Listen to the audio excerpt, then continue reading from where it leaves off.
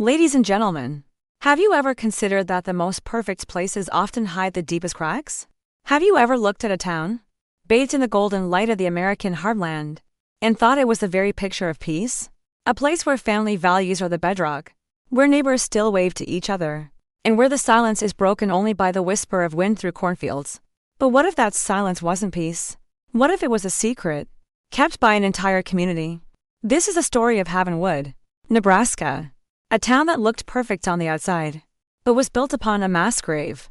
A story about how loyalty, family, and the desperate need to protect a legacy can become the justification for an unimaginable evil. The town of Heartland existed like a memory of a simpler time. It was a small, neat grid of streets branching off a single main road. A place where the tallest building was a white steeple of the First Presbyterian Church. Life moved with the seasons. Spring was for planting, summer for watching the crops grow tall, autumn for the harvest, and winter for the quiet mending of fences and souls. The air itself seemed cleaner here, filled with the smell of freshly cut grass and honest soil. For generations, the rhythm of Heartland was the rhythm of Blackwood agricultural. The Blackwood name was more than just a corporation. It was the town's lifeblood. Their silos stood like sentinels at the edge of town. Their trucks rumbled through the streets with a familiar, comforting growl. They employed half the town and indirectly supported the other half. The founder, Silas Blackwood, was less a CEO and more a patriarch. A man in his 70s with a warm smile and eyes that seemed to hold the wisdom of the land itself. He had built an empire from a single family farm, and in doing so, had lifted Heartland from a struggling settlement to a prosperous community. People didn't just respect Silas, they revered him. He was the man who sponsored the high school football team, who funded the new wing of the local library, who would personally hand out turkeys every Thanksgiving. He was Heartland's father. Sheriff Brody Thompson felt the town's peaceful rhythm every morning. He would sit on his porch, a steaming mug of coffee in his hands, and watch the sun rise over the endless waves of corn that surrounded his home. 10 years. It had been 10 years since he traded the sirens and smog of Chicago for this quiet life. He had been a homicide detective back then. A good one. But the city had a way of grinding a man down, of showing him the worst of humanity until he started to see it everywhere. One case in particular, a child's murder that went cold, had broken something inside him. So he left. He and his wife, Eleanor, had sought refuge here. Ellie, a journalist by trade, had found a new passion in documenting the town's history. Brody had found peace. The job of sheriff in Heartland was mostly routine. A few teenage kids getting into trouble, the occasional dispute between farmers over property lines, a drunk driver on a Saturday night. It was predictable. It was safe. He loved this town for its predictability. He loved the simple life it had given him and Ellie. As he took another sip of coffee, he thought about the roast chicken Ellie had promised to make for dinner. A small, perfect detail in a small, perfect life. The ghost of Chicago felt a million miles away. But that morning, nature decided to reveal what man had tried so desperately to bury. A storm had raged for 3 straight days. It was a once-in-a-decade deluge that turned the dusty farm roads into rivers of mud, and swelled the gentle creek that ran through town into a churning, angry torrent. The rain hammered against rooftops and windows, a relentless assault that kept everyone indoors, huddled and waiting. On the 4th day, the sky finally cleared, leaving behind a world washed clean, but also a world deeply unsettled. The sheer volume of water had put an immense strain on the town's aging infrastructure. The call came in just after 9 a.m. It wasn't an emergency call. Not at first. It was Dave Jenkins, a foreman for the Public Works Department. His voice on the other end of the line was strained, a mix of frustration and something else, something Brody couldn't quite place. Sheriff, Dave here. We got a problem out on County Road 12, by the old Blackwood property line. Burst pipe. Dave, Brody asked, already picturing the paperwork. Flood damage. There was a pause. Worse. The main water line gave way. Caused a washout. A big one. The thing is, the washout, it uncovered something. Something. Brody prompted. A flicker of annoyance giving way to curiosity. Yeah. Eh? A bundle. Looks like it's been buried a long time. It's wrapped in, God, I don't know. Fencing wire. Barbed wire. I think. We thought it was a deer or a coyote at first. We tried to pull it out with the backhoe. Another pause. This one longer. Heavier. Brody could hear the wind whistling through Dave's phone. Dave? What is it? Dave's voice dropped to a near whisper. It's not an animal. Sheriff. When we pulled, some of the mud came loose. We saw a hand. It's a person. The peaceful morning shattered. The coffee in Brody's mug suddenly felt cold.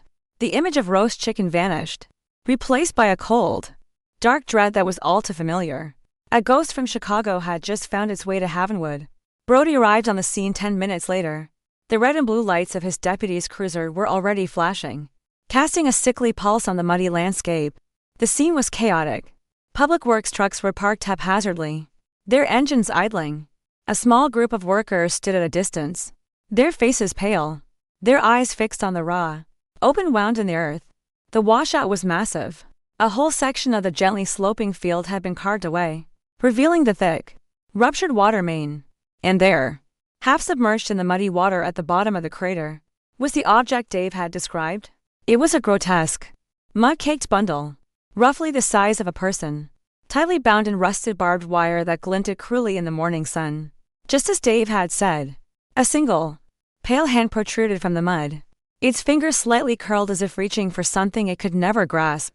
Brody felt a cold knot tighten in his stomach. He had seen death in every imaginable form in Chicago. He had seen brutality, cruelty, and the casual disregard for human life, but he had never seen anything quite like this. The sheer, methodical viciousness of it. To wrap a body in barbed wire, it wasn't just murder. It was a statement. It was a desecration. He pulled on a pair of latex gloves, his movements slow and deliberate, his mind already shifting back into the cold, analytical space he hadn't needed to visit in a decade. He knelt at the edge of the pit, ignoring the mud that seeped into the knees of his uniform. The air was thick with the smell of wet earth, iron from the rusted wire, and something else. Something faint, but unmistakable. The cloying, sweet smell of decay. His deputy, a young man named Ben Carter, who had never worked a case more serious than cattle theft, looked at him with wide, terrified eyes. Sheriff, what do we do? Brody didn't take his eyes off the hand in the mud. He was no longer in Havenwood, Nebraska. He was back in the darkness, the place he thought he had escaped. He looked at the single hand, the mud, the wire. This wasn't a crime of passion. This was an execution. This was a disposal. This was the work of someone who had done this before. The chilling thought settled in his mind, cold and sharp as a shard of ice.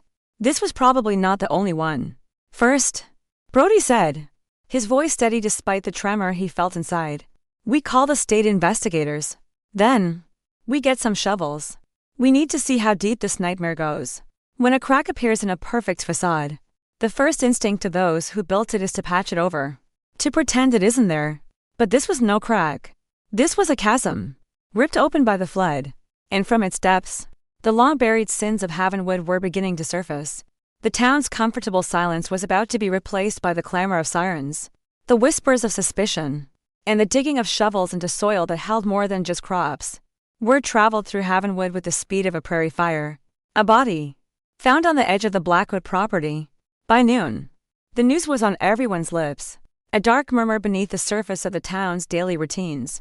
At the diner, coffee grew cold in cups as patrons spoke in hushed tones. At the general store, conversation stopped mid-sentence when a police car drove by. Fear, a stranger in this town, had arrived uninvited.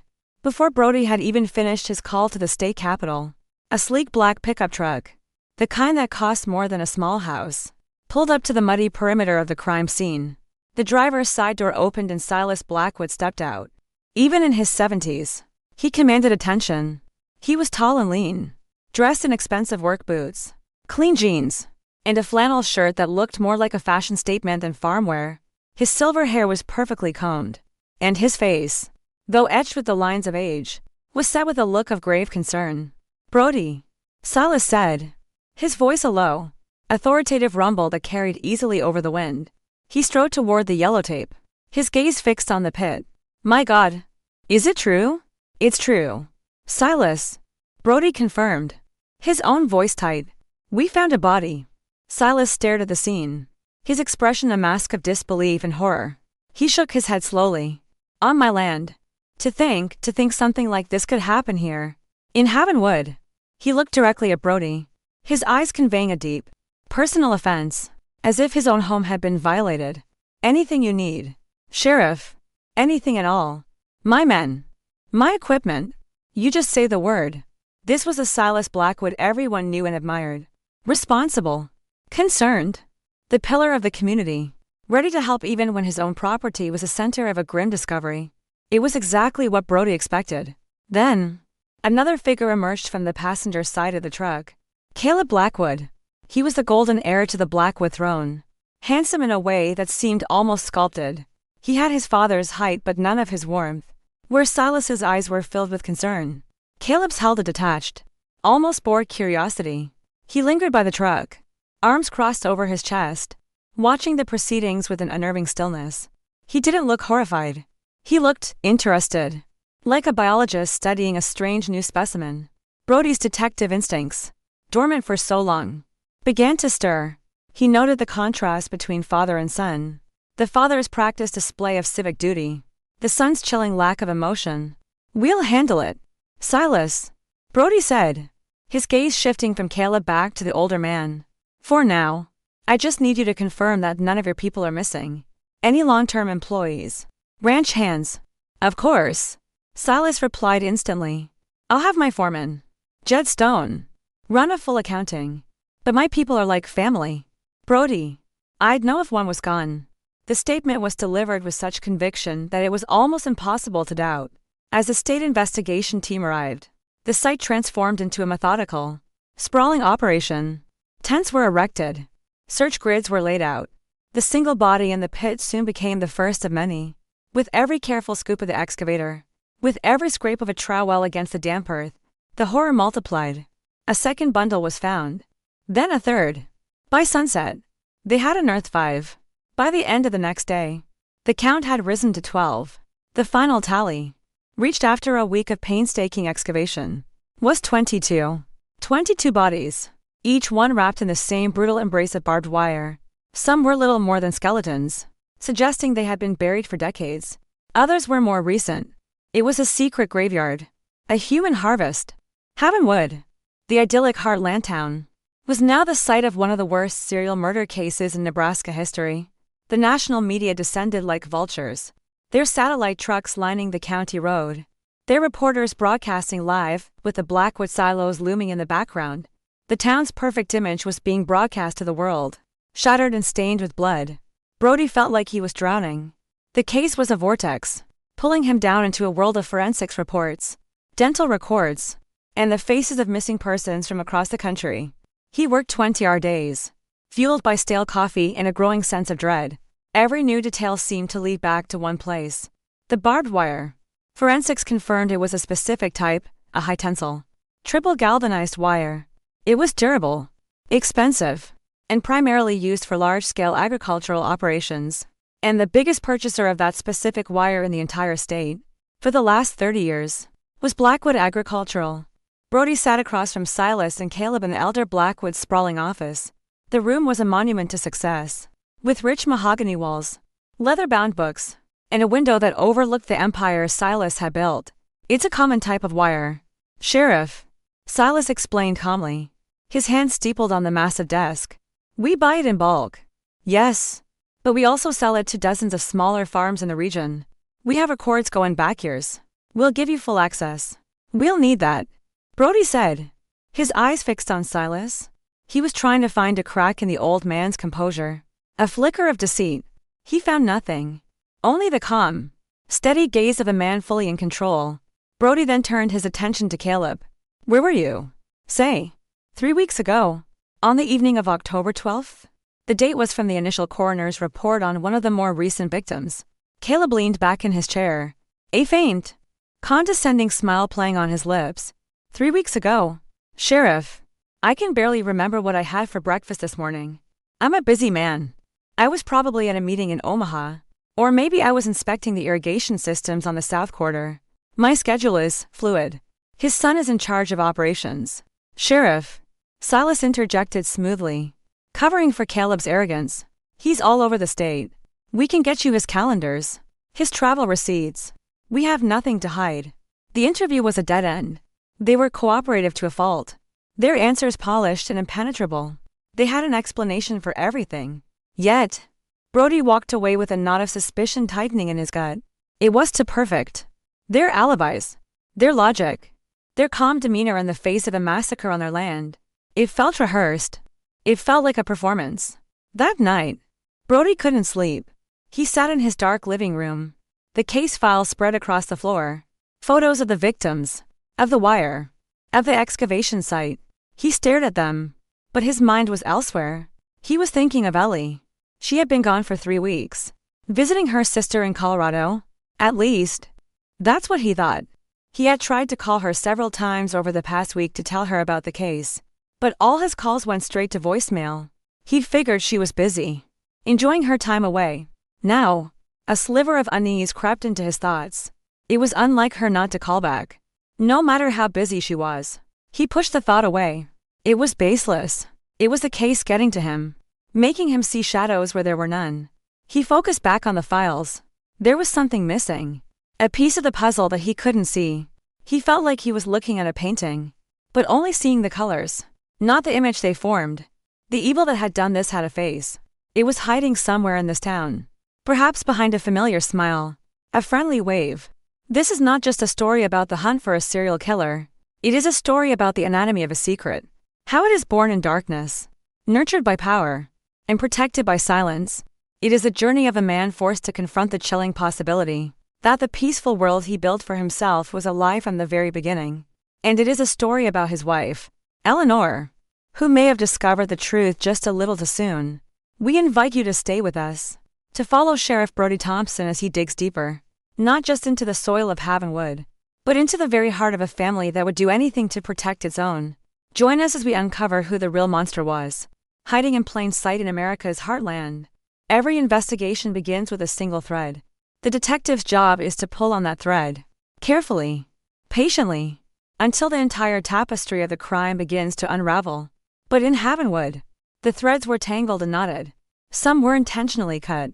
Others led to a thick, impenetrable wall of loyalty built around the Blackwood family. For Sheriff Brody Thompson, pulling on one thread only seemed to tighten the knots on all the others. The whole town, it seemed, was woven into the secret. The state police and the FBI set up a joint task force in the Havenwood Community Center, turning the cheerful hall, usually reserved for potlucks and town meetings, into a grim command post. Walls were covered with maps, timelines, and the haunting faces of the unidentified. The air hummed with the low murmur of phone calls and the clatter of keyboards. It was a methodical, modern investigation, an alien presence in a town that ran on tradition and handshake agreements. Brody found himself caught between two worlds. To the FBI agents, with their sharp suits and city-bred confidence, he was the local color, a small-town sheriff who was out of his depth. They listened to his insights about the community with polite but dismissive nods. To his own townspeople, he was becoming an outsider, the man who was leading this intrusive army of investigators, digging into their lives and questioning their beloved patriarch.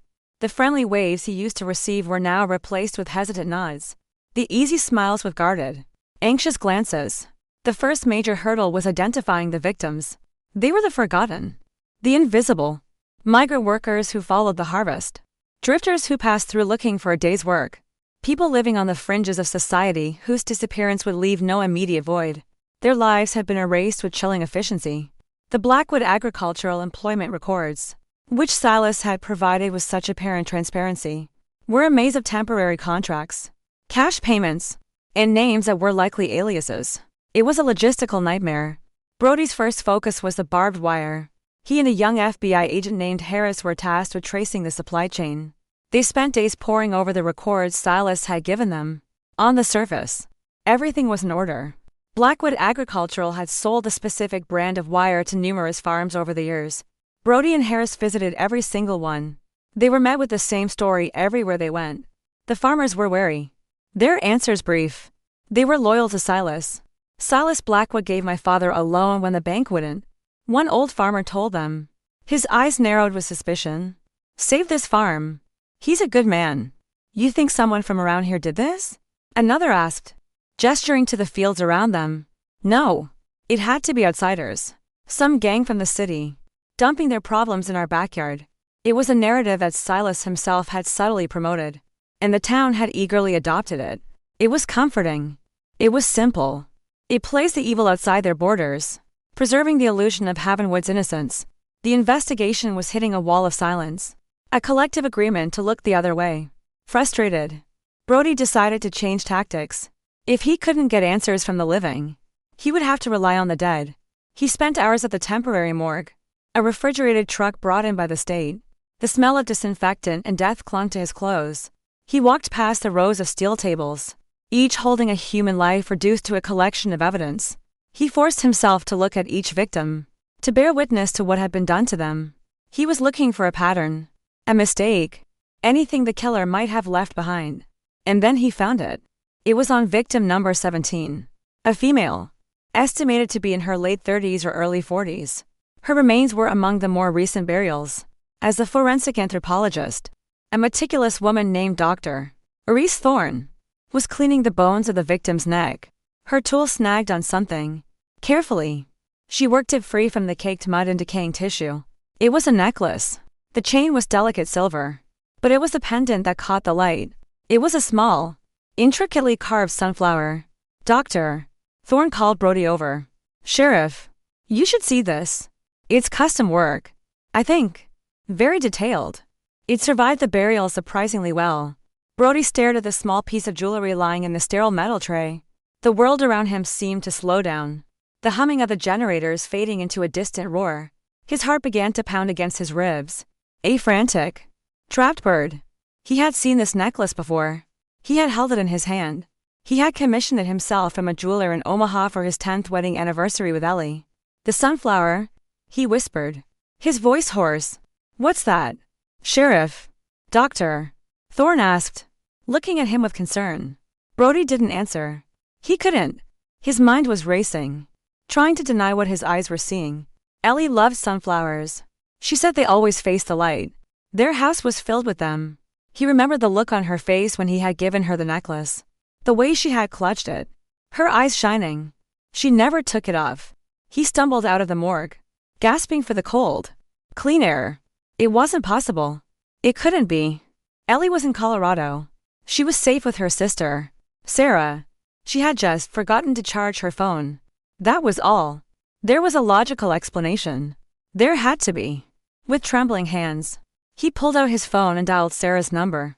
It felt like an eternity before she answered. "Brody, is everything okay? I've been seeing Havenwood all over the news. It's just awful." Brody's throat was tight. He could barely form the words. "Sarah, is Ellie with you? I can't reach her." There was a confused silence on the other end of the line. "Ellie, what are you talking about? I thought she was with you. I haven't spoken to her in almost a month. She was supposed to visit, but she canceled at the last minute. Said something had come up with her research project." The phone slipped from Brody's hand and clattered onto the gravel.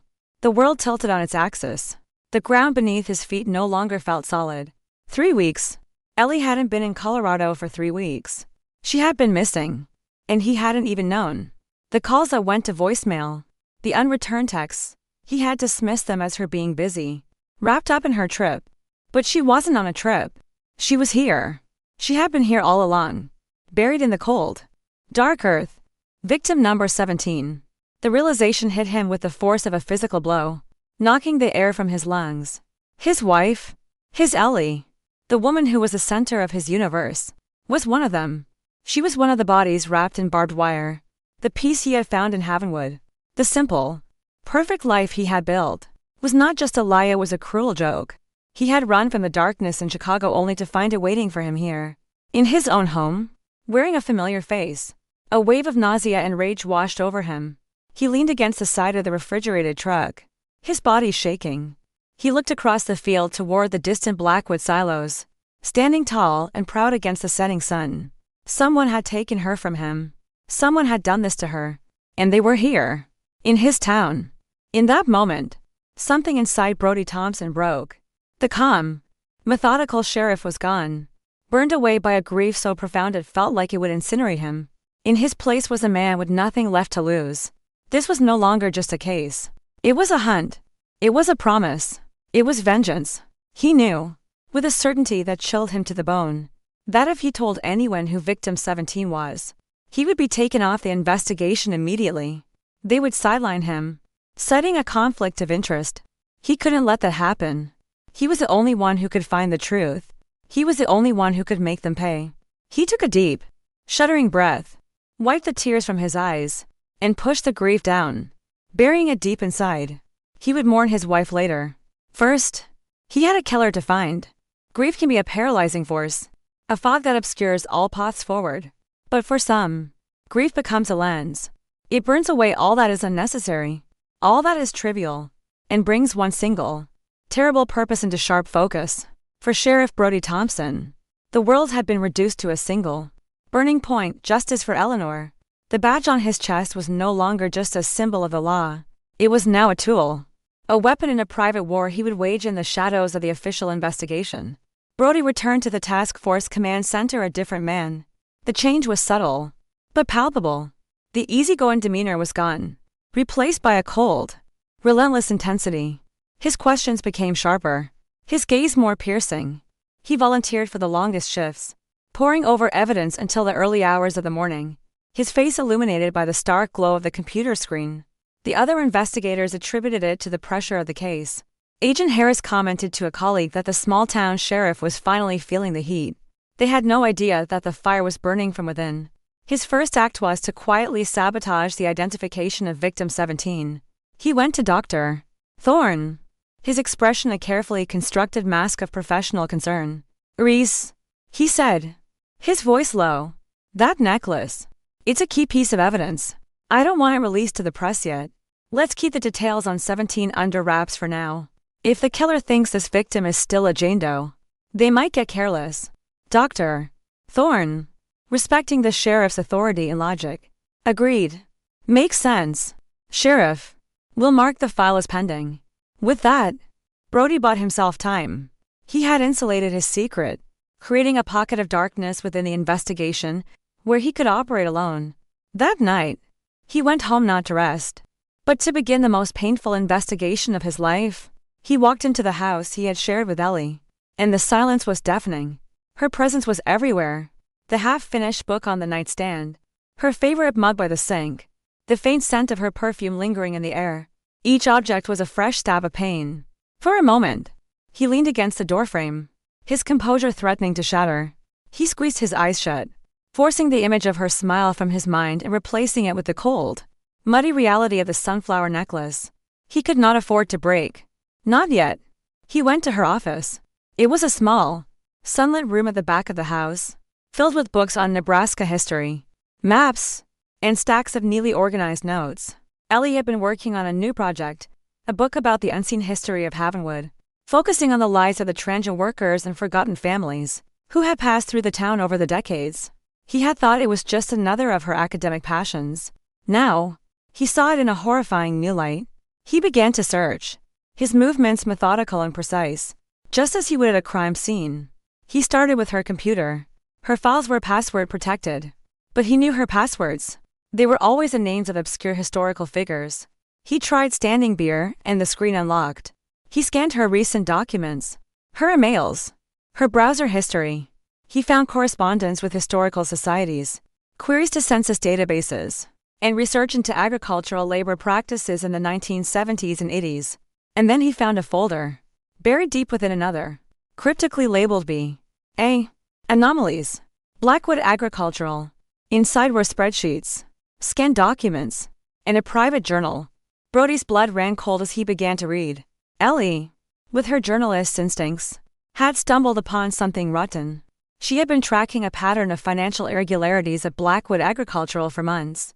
Small amounts of money, siphoned from various accounts, all seemingly routed through shell companies that dissolved after a few transactions. It was sophisticated, well hidden. But what chilled him most was the connection she had made. She had cross-referenced the dates of the financial transfers with a separate list she had compiled, a list of missing seasonal workers. Every time a significant amount of money was moved, a worker disappeared. The journal entries became more frantic in the final weeks. Ellie wrote about feeling watched. She mentioned a coldness in Caleb Blackwood, describing an interview where he had answered her questions about the town's history with a dismissive smirk, his eyes empty of any warmth or empathy. "He looks at people like they're objects," she wrote. Not people. Just things to be used. Brody's hands were shaking. Ellie hadn't been a random victim. She had been targeted. She had been getting too close. She had uncovered the monster's secret, and he had silenced her. The rage inside Brody was a physical thing, a burning pressure behind his eyes. He wanted to take his service weapon, drive to the Blackwood mansion, and end it right there. But he knew that wouldn't be justice. It would just be revenge. And Ellie deserved more than that. She deserved to have the truth she died for brought into the light. He needed more. He needed proof that would stand up in court. Something that would tear down the walls Silas had built around his son. His eye scanned the last entry in Ellie's journal, written the night she disappeared. October 12th. He's gotten sloppy. Another transfer. Bigger this time. I found the receiving account. It's not a company. It's a private workshop registered under a holding name. The address is on the old north quarter of the Blackwood property. Jed Stone calls it Caleb's workshop. Silas doesn't even go out there. He's hiding something. I think I know how to get in. If I can just get proof of what he's buying with that money, it could be the final piece. Go in tonight. 10 p.m.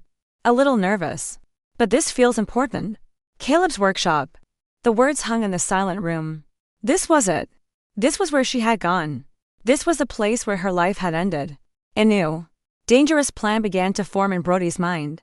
The official investigation was moving too slowly, tangled in procedure and politics. They were looking for a faceless drifter, a phantom killer. They weren't looking at the Prince of Havenwood. They weren't looking at Caleb. Brody would have to go where they wouldn't. He would have to step outside the law to uphold it. The pressure on him was immense. The FBI was growing impatient with the lack of progress. The town was on edge, their fear slowly curdling into resentment aimed at the investigation itself. Silas Blackwood had made a public statement, expressing his sorrow and posting a $50,000 reward for any information, leading to an arrest. A move that only solidified his image as a grieving community leader. He was playing the part perfectly. A concerned father figure. While his son, the true monster, walked free, Brody felt utterly alone, isolated by his secret knowledge. He was a sheriff sworn to protect a town that was, in turn, protecting his wife's killer. Every friendly face he passed on the street could be an accomplice.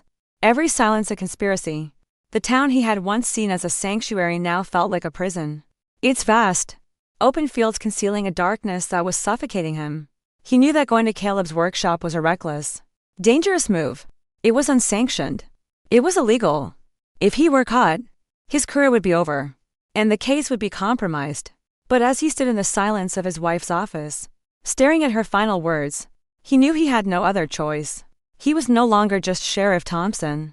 He was Ellie's husband, and he would walk through the gates of hell to find the man who had sent her there. There are moments in a person's life that are like a closed door. Behind them lies everything they were, and beyond them, everything they will become. To open that door is to make a choice from which there is no return. For Sheriff Brody Thompson, that door was the gate to the old north quarter of the Blackwood property. As he prepared to cross that threshold, he knew he was leaving behind not just the rules of his profession, but the man he had been for the past 10 years. He was stepping into the dark, armed with little more than his grief, his service weapon, and the last words his wife ever wrote. He waited until well after midnight. The town of Havenwood was asleep, shrouded in a profound, rural darkness broken only by the cold, distant light of the stars. The task force command center had wound down for the night, leaving only a skeleton crew to monitor the phones. It was the perfect time. Brody changed out of his uniform and into a dark jacket and jeans, the civilian clothes feeling foreign and strange. He was no longer acting as a sheriff. He was a man, a husband, operating outside the sanction of any law. He didn't take his official vehicle. Instead, he drove his personal pickup truck, cutting the headlights as he turned onto the dirt service road that led to the north quarter. It was a part of the Blackwood Empire few people ever saw. The land here was fallow, the buildings consisting of old, dilapidated barns and sheds from a bygone era. It was the perfect place to hide something you didn't want found. He parked the truck in a thicket of trees about a half-mile from his destination, and continued on foot. The air was cold and still. Every rustle of leaves, every snap of a twig under his boots, sounded like a gunshot in the silence. His senses were on high alert, his body thrumming with a mixture of adrenaline and dread. This was the same path Ellie must have walked. He imagined her, alone in the dark, her heart likely pounding just as his was now. Driven by her unyielding need for the truth, the thought fueled his resolve, hardening his fear into a cold, sharp edge. He saw the workshop ahead. A long, low metal building standing isolated from the other structures. A single, dim security light casting long, distorted shadows around it. It looked modern compared to the rotting barns nearby. According to Ellie's notes, it was officially listed as a private storage and equipment repair facility, a place no one would have a reason to visit unannounced. The perimeter was fenced, but the gate was secured with a simple padlock. Brody made short work of it with a pair of bolt cutters from his truck. The snap of the metal echoed unnervingly in the quiet night.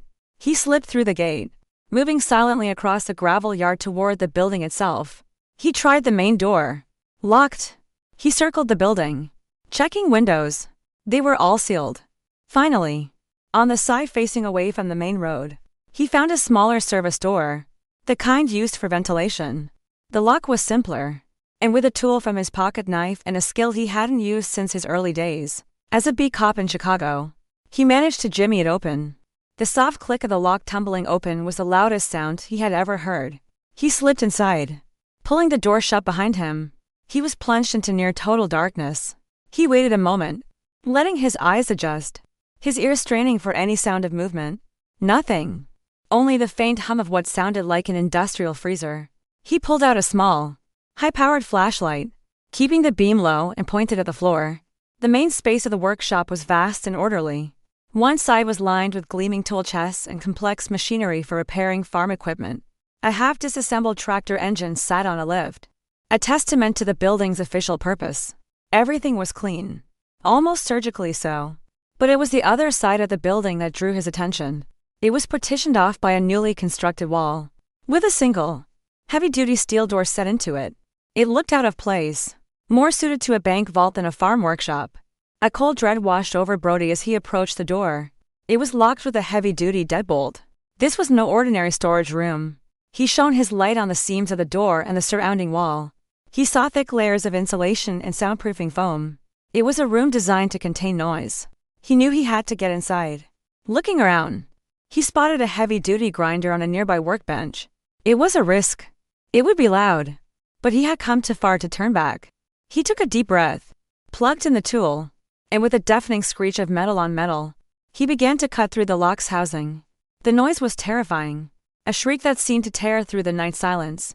He worked quickly, sweat beading on his forehead, his ears ringing. After what felt like an eternity, the mechanism gave way. He pushed the heavy door open and stepped inside. The air was cold, sterile, and carried a faint, coppery scent that he recognized instantly: old blood, cleaned with bleach. The room was empty, its concrete floor and walls scrubbed clean. But no amount of cleaning could erase everything. He switched his flashlight to a UV setting. The floor lit up with the faint, ghostly outlines of old stains, invisible to the naked eye. There had been violence here, a lot of it. His heart pounded in his chest. This was the place. This was Caleb's slaughterhouse. Ellie had been right here. This was where she had screamed, where she had fought for her life. The thought was so overwhelming he had to brace himself against the wall, his breath catching in his throat. He fought back the wave of grief, forcing himself to focus. He was here for proof. He began a systematic search of the soundproof room. It was bare. Too bare. It was the sterile, public face of the horror. The real secrets, he knew, would be hidden. He ran his hands along the walls, tapping, listening for any hollow sounds. Nothing. He examined the floor, looking for seams or panels. Nothing. Frustrated, he moved back into the main workshop area, his light scanning every corner. His gaze fell upon a massive, professional-grade steel tool cabinet, the kind a master mechanic would own. It was the only object in the workshop that seemed to have any personal touch, adorned with a few racing decals. It looked heavy, permanent, but as he examined the floor around its base, he noticed something. Scuff marks, deep scratches in the concrete, as if the entire unit had been moved back and forth multiple times. With all his strength, Brody began to push against the cabinet. It was incredibly heavy, but slowly, agonizingly, it began to scrape across the floor.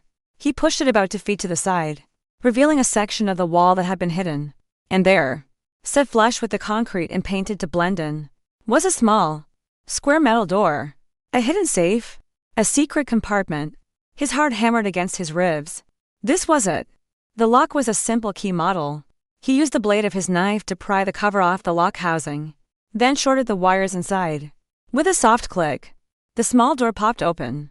He shone his flashlight inside. It wasn't a safe for money or documents. It was a box of trophies. A small, morbid collection of personal effects. A cheap plastic lighter. A worn leather wallet. A single, faded photograph of a child. Each one, he knew, represented a life Caleb had taken. He felt a surge of nausea, and then he saw it. Tucked in the back corner of the compartment, a small, digital voice recorder.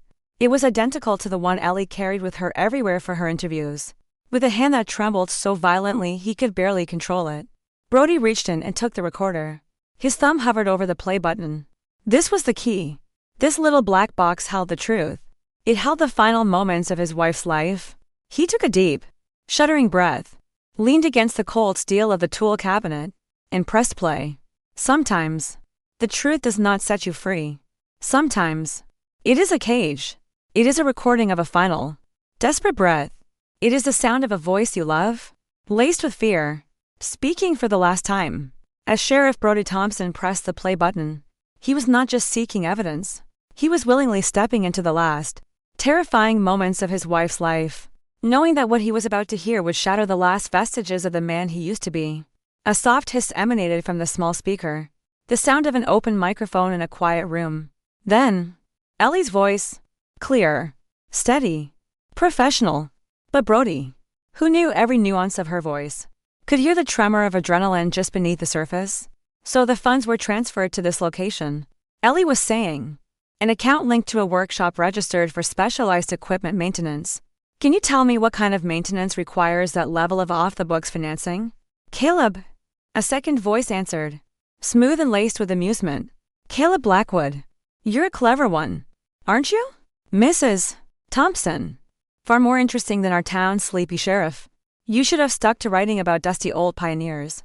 I'm writing about the history of this town, Ellie retorted, her voice firm. And it seems you're a part of a chapter no one's read yet. People are missing. Caleb. Workers. People who ask too many questions. And the money trail you're leaving is getting sloppy. There was a soft chuckle. It was a sound devoid of all humor. A cold, empty thing. Sloppy? No. I'm just getting bored. The game is no fun if there's no risk. Take the last one. A farm hand. He saw me moving money around. Got a little too curious. He thought he could blackmail me. Caleb's voice was casual, as if discussing the weather. He was wrong. It's amazing how quickly a man's greed turns to begging. It's disappointing. Really? Brody's knuckles were white as he gripped the recorder. He could hear the sound of movement. A chair scraping. You're admitting it, Ellie said, her voice dropping to a near whisper of disbelief. You're a murderer. I'm a problem solver. Caleb corrected her. His voice was closer now, more intimate. This town, this company, it's a machine.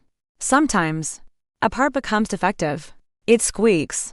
It threatens the whole operation. So you remove it. You replace it. That's all they were. Defective parts. The sound of a struggle. A sharp gasp from Ellie. Get your hands off me. You shouldn't have come here. Caleb's voice was a cold hiss. You pushed too hard. You wanted to know what kind of equipment I maintain in here. The sound of the heavy steel door creaking open. Let me show you. The recording was filled with the sounds of a desperate fight. Ellie's shouts. The thud of bodies hitting the concrete floor of the soundproof room. Brody could hear her fighting back, fierce and defiant to the very end. He closed his eyes, tears streaming down his face. He was listening to his wife being murdered. The sounds were a physical torture, each one a knife in his heart. Then, a final, choked cry from Ellie. And then silence. A heavy, ragged breathing filled the recording. Caleb's. After a long moment, there was the sound of a phone dialing. Dad, Caleb said, his voice as calm as if he were ordering dinner. We have a problem. A new part just became defective. It's the sheriff's wife. A pause. Then, another voice came through the speaker. Older, strained, filled with a weary horror. Silas Blackwood. Oh, Caleb. My God. What have you done now? What needed to be done? Caleb said simply. She found the workshop. She knew too much. You need to come down here. It's a mess. Bring Jed. We need the wire. Brody's world imploded. The twist was more sickening than he could have ever imagined. Silas wasn't the mastermind. He was the cleaner. The respectable patriarch. The father of Heavenwood. Had been covering for his monstrous son for years. The entire empire was built on a foundation of bodies. And Silas was the architect of the silence that surrounded them. Protecting his legacy. His name. His bloodline. At any cost. Caleb was the disease. But Silas was the one who let it fester, hiding the symptoms from the world. Just as the recording clicked off, a floorboard creaked behind him. Brody spun around, his hand instinctively going to the weapon on his hip. Standing in the doorway of the workshop, silhouetted by the dim security light outside, was Caleb Blackwood. He held a heavy wrench in one hand, and a slow, cruel smile was spreading across his face. He must have been alerted by a silent alarm. Well, Caleb said, his voice dripping with condescending amusement. Looks like the sleepy sheriff finally woke up. Looking for something? His eyes darted to the voice recorder in Brody's hand. You found my little archive. I was wondering where she put that. He took a step into the room, his movements fluid and confident, like a predator in its own territory. You know, she was a fighter. Your wife had more spirit than all the others combined. I almost felt bad about that one. He laughed. The same cold, empty sound from the recording. Almost. A blinding, white-hot rage erupted in Brody. All the grief, all the pain, all the despair of the past few weeks coalesced into a single, murderous impulse. The line between sheriff and avenger dissolved. He lunged at Caleb, not as a cop making an arrest, but as a husband avenging his wife. The two men crashed into a workbench, sending tools scattering across the floor. Brody was driven by pure fury. But Caleb was younger, stronger, and fueled by a cold, sadistic pleasure. He swung the wrench, catching Brody in the ribs with a sickening thud. The pain was excruciating, but Brody barely felt it. He landed a punch on Caleb's jaw, staggering him. They wrestled across the floor. A desperate, brutal fight in the shadowy workshop. Caleb was enjoying it, his eyes alight with a thrill Brody had only ever seen in the most unhinged criminals. Caleb gained the upper hand, pinning Brody to the floor. He raised the wrench high, ready to bring it down on Brody's skull. You get to join her now, Sheriff. He snarled. A real family reunion. Suddenly, the main door of the workshop flew open. Silas Blackwood stood there, his face a pale, horrified mask in the dim light. He was holding a hunting rifle. For a split second, everyone froze. Silas stared at the scene, at his son about to commit another murder, at the sheriff who now knew everything. The carefully constructed world he had spent a lifetime building was collapsing around him in a single, violent moment. Caleb! Stop! Silas yelled, his voice cracking with desperation. Caleb glanced at his father, his face contorted with rage. Stay out of this, old man. I'm just cleaning up another mess. Silas raised the rifle, his hands trembling. He looked from his son to Brody, his face a canvas of utter agony. The choice was before him: his legacy, or his soul. To protect his monster one last time, or to finally let the evil he had enabled be brought to an end. Brody saw the conflict in the old man's eyes, a lifetime of love and horror warring in a single, terrible instant. It's over. Silas. Brody choked out from the floor, the metallic taste of blood in his mouth. I know everything. Silas's face crumpled. He looked at his son, the boy he had raised, the monster he had hidden, and a look of profound defeat settled over him. He lowered the rifle. Yes, he whispered, to himself more than anyone. It's over. Just then, the night was torn apart by the sound of approaching sirens. Dozens of them, getting closer, louder, a rising chorus of judgment. Brody's deputy, Ben, had become worried when Brody hadn't answered his phone for hours. He checked the GPS on Brody's truck and, seeing it parked near the deserted Blackwood property, had made the call. Red and blue lights flooded the workshop, painting the brutal scene in strobing, nightmarish colors. Caleb looked around, a cornered animal, his arrogance finally cracking to reveal a flicker of panic. He was trapped. There was no escape. Armed officers stormed into the workshop, weapons raised.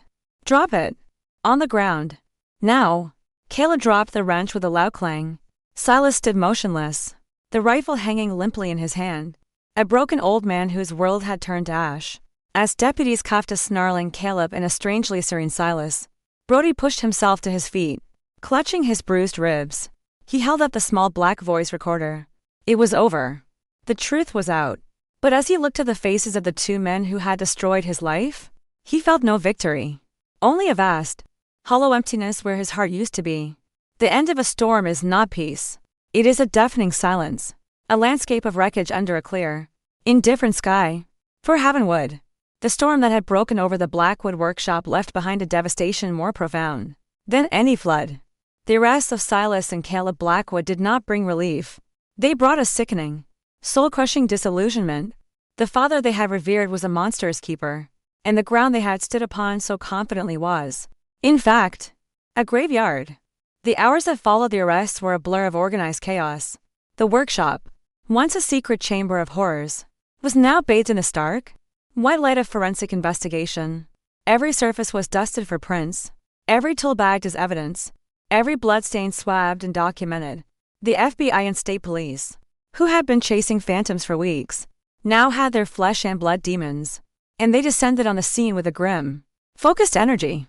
Brody sat on the bumper of an ambulance, A&M gently tending to a cut on his forehead. The pain in his ribs was a sharp, steady throb, but it was a distant sensation, an echo from a world of physical pain that seemed trivial compared to the gaping wound in his soul. He watched as Caleb was forced into the back of a police cruiser. Even in defeat, Caleb was defiant, his eyes scanning the crowd of officers with a look of pure contempt. He caught Brody's gaze and smiled. A final, silent taunt. I still won. Then came Silas. The old man looked utterly broken. The powerful patriarch was gone, replaced by a stooped, gray figure whose eyes were hollow with a grief that would last a lifetime. He didn't look at Brody. He couldn't. As they led him away, his fall from grace was absolute and terrifying. He was no longer the king of Havenwood. He was just an old man who had loved his son more than he had loved his own humanity. Deputy Ben Carter approached Brody, his young face a mixture of awe and concern. Sheriff, are you okay? We heard the fight on our way in. We thought. I'm fine. Ben, Brody said, his voice a gravelly rasp. He held out the small voice recorder. This is what you need. This is everything. Ben took the recorder as if it were a sacred artifact. Brody knew his own role in this night's events breaking and entering. The unsanctioned investigation would have to be accounted for. But in that moment, no one cared. He had delivered the killers. The news spread through the sleeping town via a cascade of phone calls and text messages. A digital wildfire of disbelief. By dawn, the story was on every national news channel. Heartland horror, beloved CEO and son arrested in mass murder case. The town of Havenwood awoke to find itself infamous. Its name forever linked to a story of unimaginable depravity. People gathered on Main Street, on their porches, in the diner, not speaking, just staring, their faces etched with shock. The man who had built their town had also presided over its secret cemetery. The betrayal was too vast to comprehend. For Brody, the hardest part was yet to come.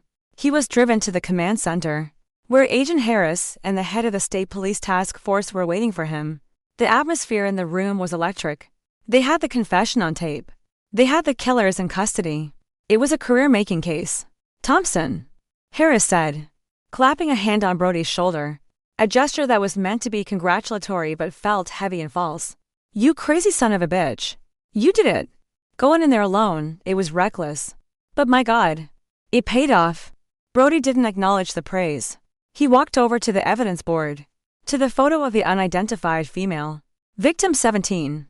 He looked at the clinical description, the cold facts that had stood in place of her life.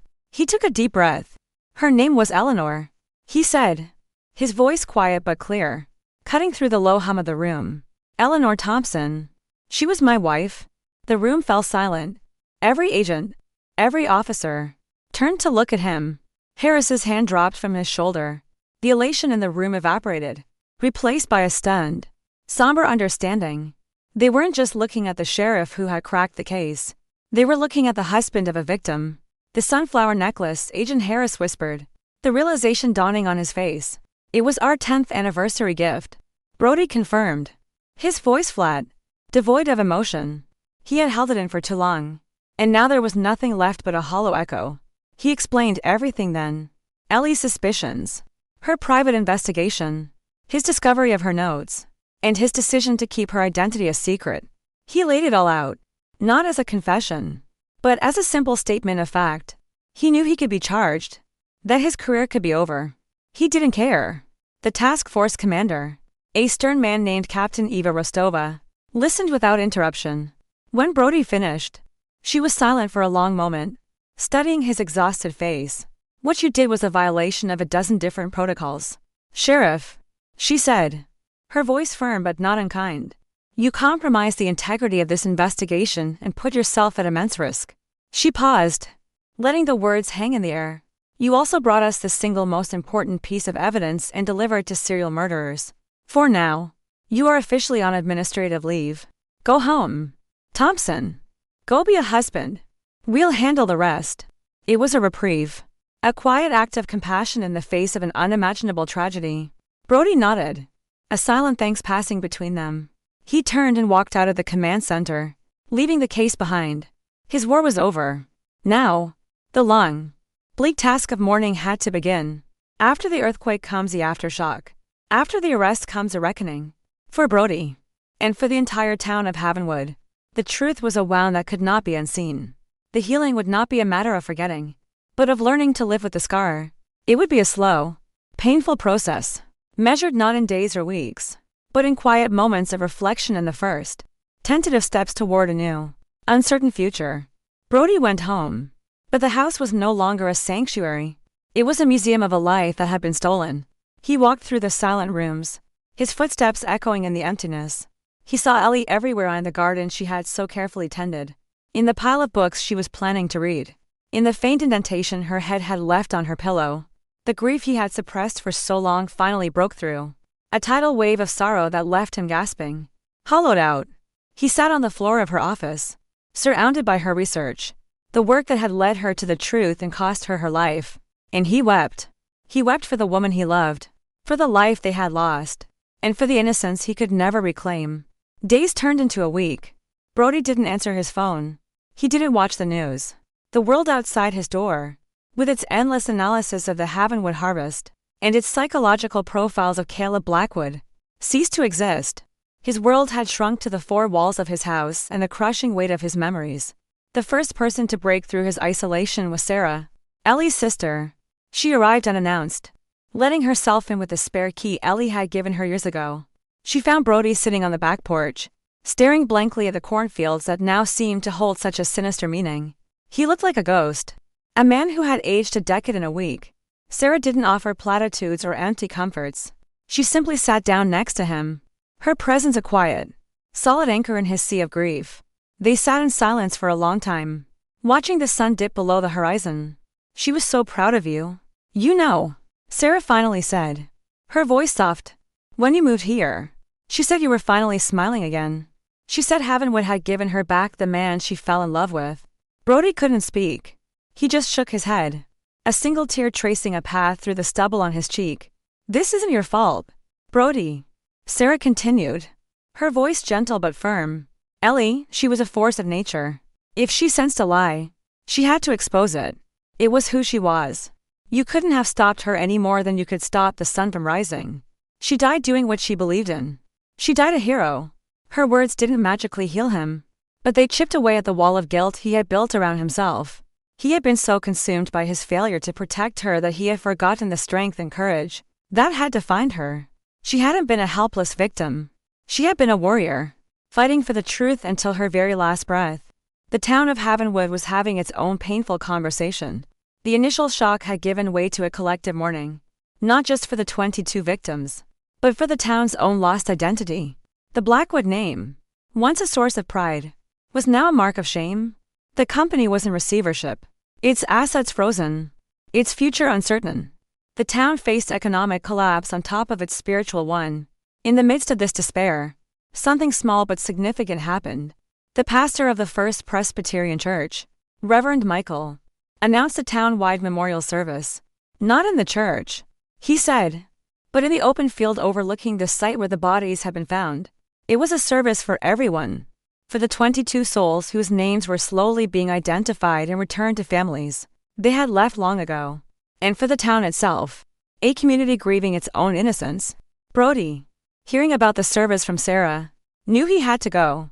It was time to step out of the shadows of his own grief and rejoin the living. The evening of the memorial was cool and clear. Hundreds of townspeople gathered on the grassy hill. There were no news cameras. They had been respectfully asked to stay away. This was a private moment for a town in pain. People held candles, their small flames flickering like fragile stars in the twilight. Brody stood at the edge of the crowd with Sarah, feeling the quiet solidarity of his community. They were all survivors of the same tragedy. Reverend Michael spoke, his voice carrying over the silent crowd. He didn't speak of evil or monsters. He spoke of secrets and silence. He spoke of how a community, in its desire for comfort and prosperity, could sometimes choose not to see the darkness in its midst. It was not an accusation, but a gentle, sorrowful confession. Then, one by one, people were invited to come forward and speak the name of a victim as they were identified. Names were read aloud: men and women from Mexico, from California, from Texas, from their own state of Nebraska. With each name, a life was reclaimed from the anonymity of being a victim. Finally, a young woman Brody recognized as Deputy Ben Carter's wife stepped forward, her voice trembling. For Eleanor Thompson, she said. She was new to our town, but she cared about its real history. She tried to give a voice to the forgotten. We should have listened. Brody felt Sarah squeeze his hand. He looked out at the sea of flickering lights, at the faces of his neighbors, etched with a shared sorrow. He was not alone. The darkness had touched them all. But here, together, they were finding their way back to the light. It was what Ellie would have wanted. He looked up at the vast, star-filled sky and whispered her name, not with the pain of loss, but with the quiet strength of memory. The healing had begun. A year can feel like a lifetime, or it can pass in the blink of an eye. For heaven would. It was both. The seasons turned, as they always had. The corn grew, was harvested, and the fields lay fallow under a blanket of snow, waiting for spring. Life, in its stubborn, relentless way, went on. But it was a different life. The town was quieter, more somber, but also more honest. The perfect facade had been shattered, and in its place, the people of Havenwood were slowly, painstakingly, building something real. 1 year later, Sheriff Brody Thompson stood on the same porch where his nightmare had begun. The coffee mug in his hands was warm, and the morning sun cast a gentle glow over the fields. The sharp, ever-present edge of his grief had softened over the past 12 months, rounding into a familiar ache. A part of him now, like a memory or a scar. He had returned to his job after a 6-month leave. The town board had unanimously asked him to stay. They hadn't wanted a new face, a stranger. They had wanted the man who had walked through the fire with them. His work was different now. The town's crimes were still small, occasional dispute, a bit of vandalism, but Brody approached them with a new perspective. He listened more. He looked past the surface of things, paying attention to the quiet troubles and hidden pains of the people he was sworn to protect. He had learned in the most brutal way imaginable that the most dangerous threats are not the ones that announce themselves with sirens, but the ones that fester in silence. The Blackwood Empire was gone. The company had been dismantled, its assets sold off to pay for a massive victims' compensation fund. The giant silos that had once dominated the skyline and the town's identity were now being repainted with a new logo.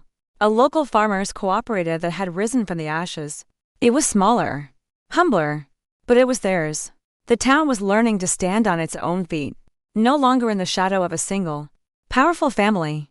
Caleb Blackwood was on death row, his appeals exhausted.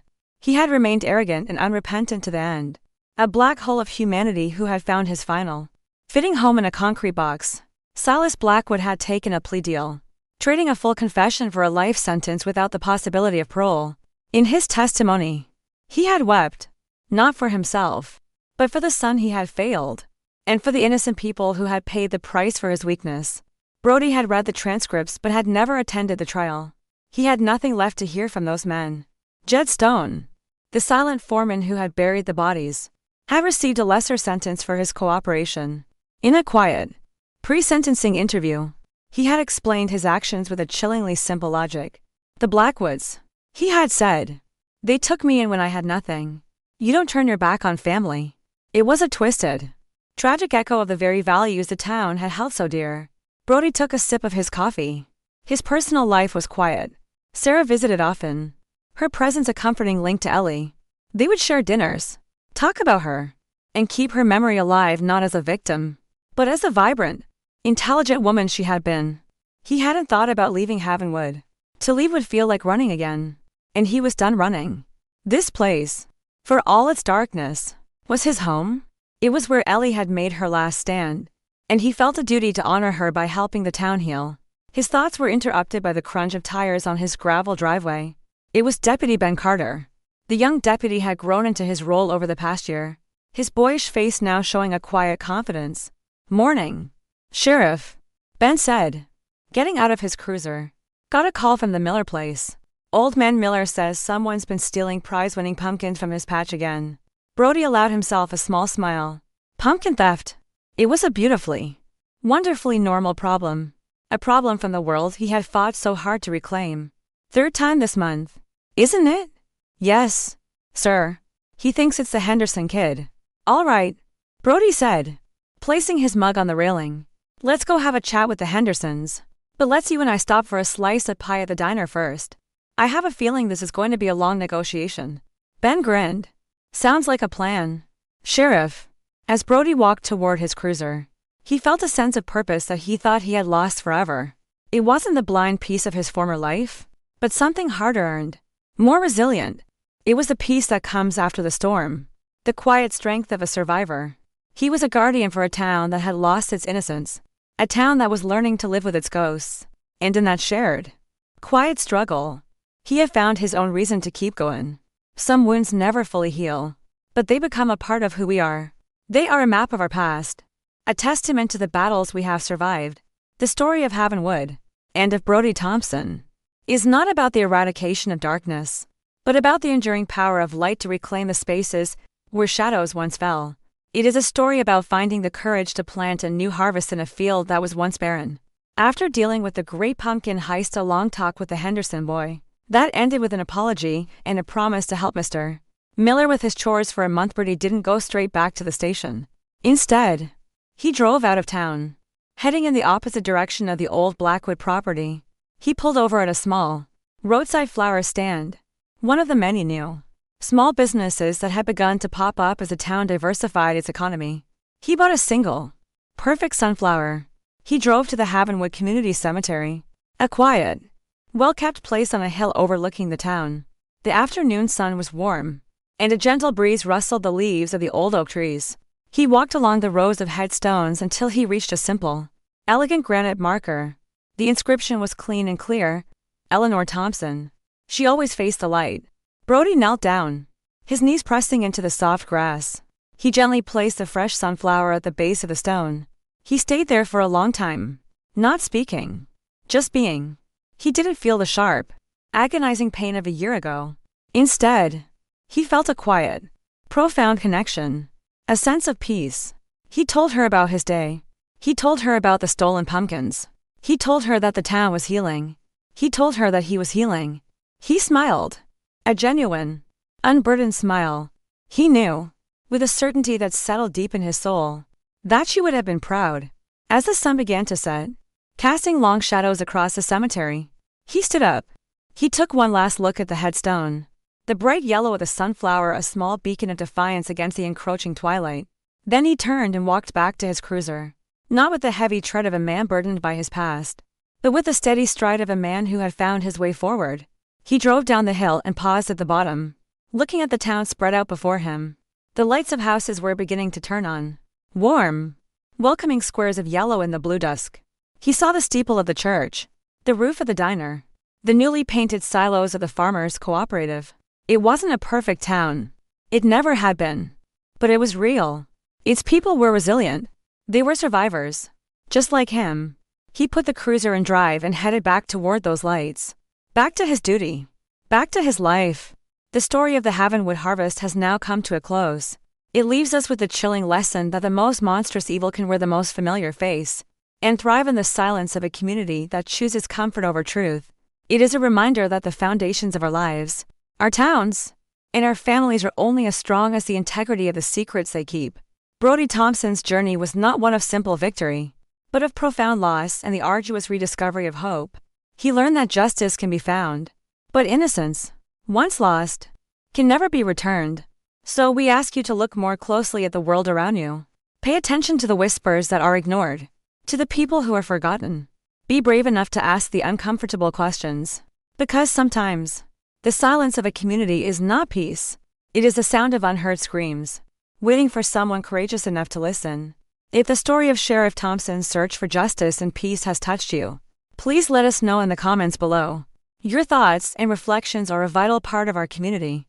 And if you wish to explore more stories that delve into the depths of the human heart, be sure to subscribe to our channel and share this video.